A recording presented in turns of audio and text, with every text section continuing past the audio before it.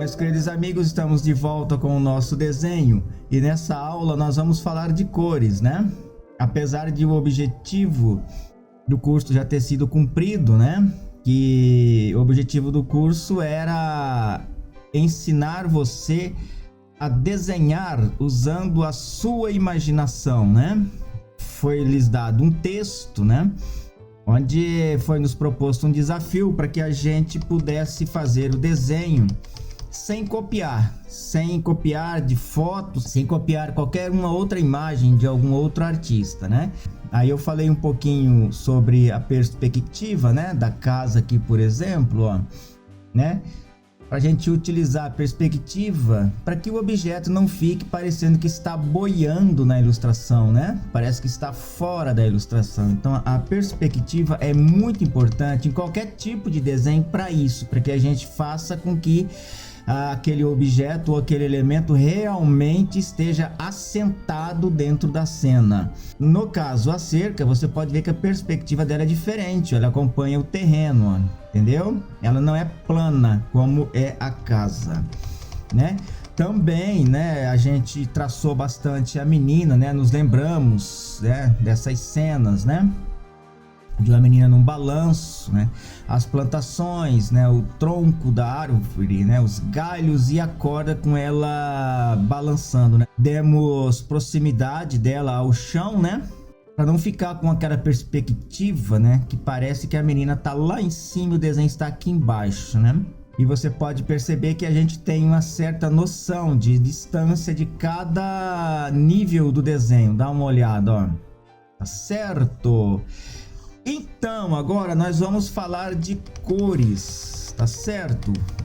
Vamos falar um pouquinho sobre como colorir esse nosso desenho. Vamos lá? Antes, porém, eu quero falar para você sobre a gramatura do papel, que na realidade é o peso do papel, né? Para aquarela, o mais usado é o de 300 gramas, né? De 300 gramas para cima. Existem papéis que chegam até 638 gramas, né? Os papéis de gramatura de 300 gramas para baixo, eles vão precisar ser esticados, né? Para não deformar, conforme você usa a tinta aguada, né? Que você pode utilizar guache, você pode utilizar aquarela. Enfim, a técnica que você vai usar para colorir é algo que eu vou deixar por sua conta, tá? Eu vou utilizar aqui o Photoshop para colorir e vou usar aquele esquema das histórias em quadrinhos tradicionais do Maurício de Souza, né, da Disney, né, que eram cores chapadas, tá certo? Aí depois, ao final, a gente vai colocar alguns efeitos de luz e de sombra para dar um certo brilho ao nosso trabalho final, tá bom? Agora você pode utilizar lápis de cor, você pode utilizar giz de cera, você pode eliminar os contornos e apenas colorir para que fique apenas as cores, tá certo?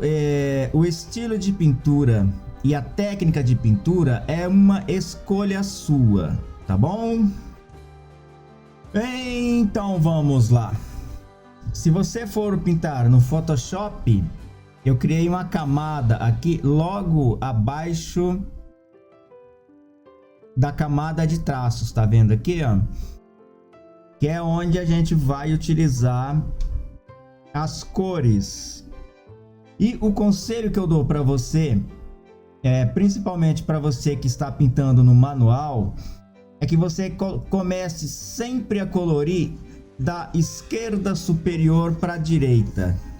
Por quê?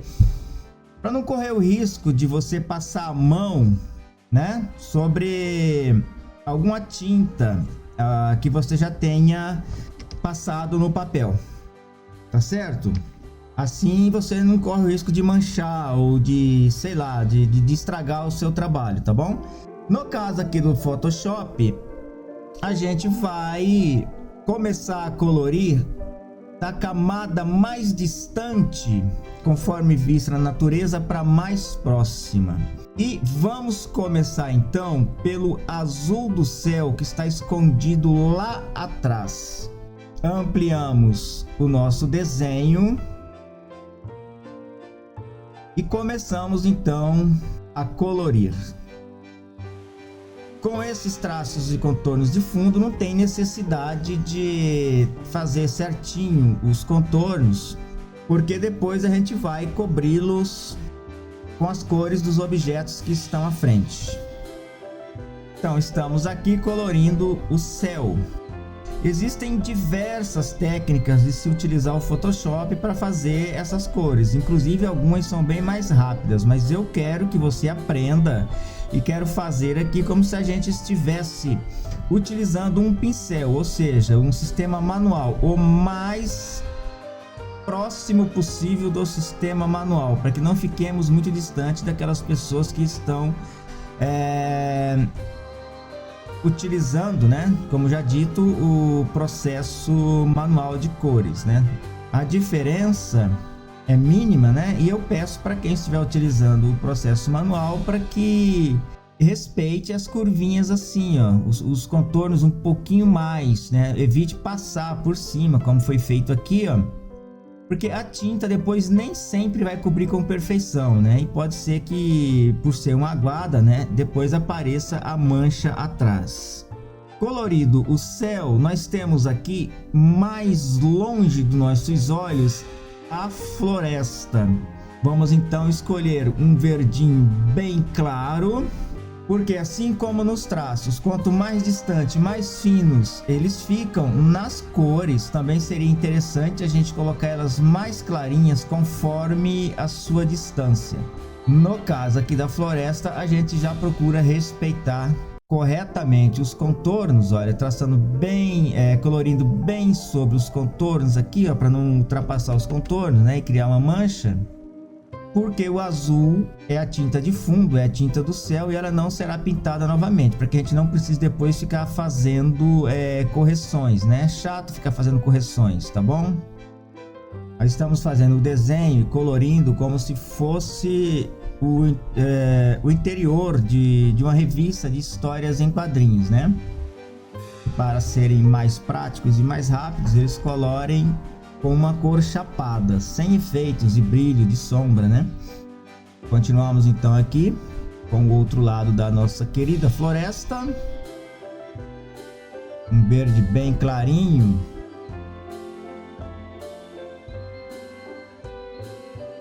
Concluída a cor da floresta, a gente dá uma mudadinha para que os pés de coqueiro tenham um tom diferente de cores, tá bom?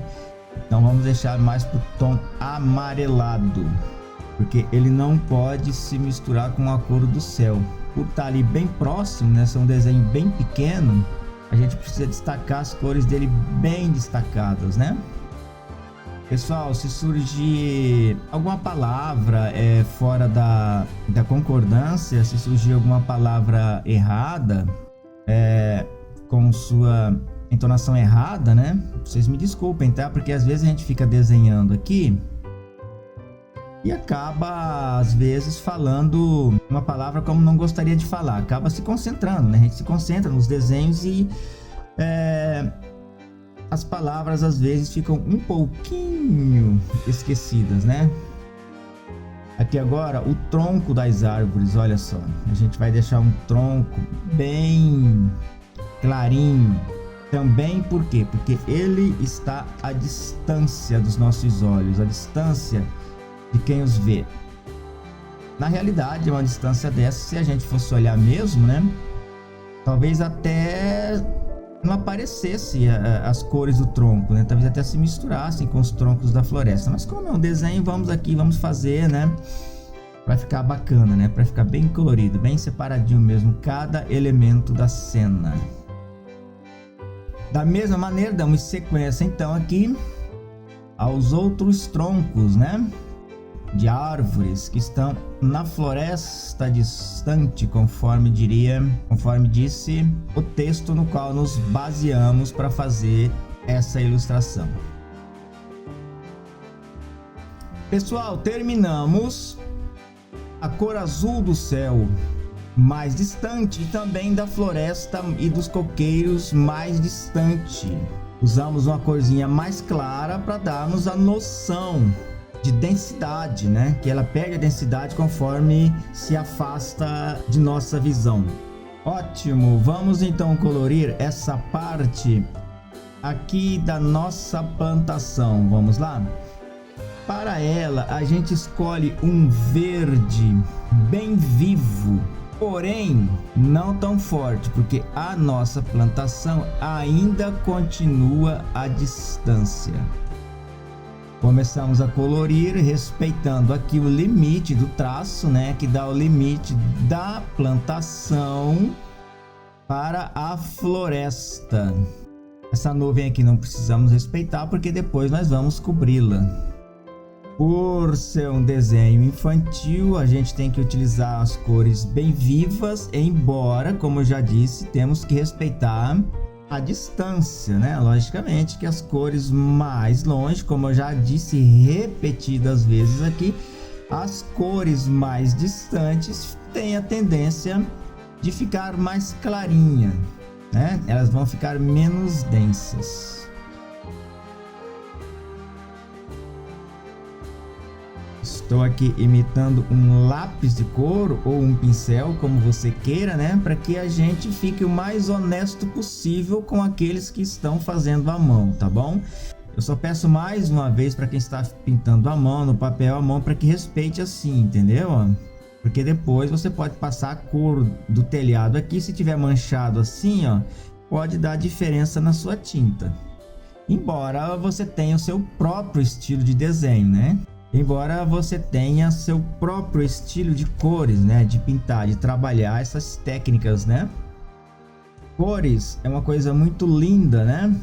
E a forma de aplicá-las é algo bastante pessoal, pelo menos assim eu vejo. Existem artistas que trabalham com aguadas de uma maneira maravilhosa, né? Que encanta o olhar da gente, né?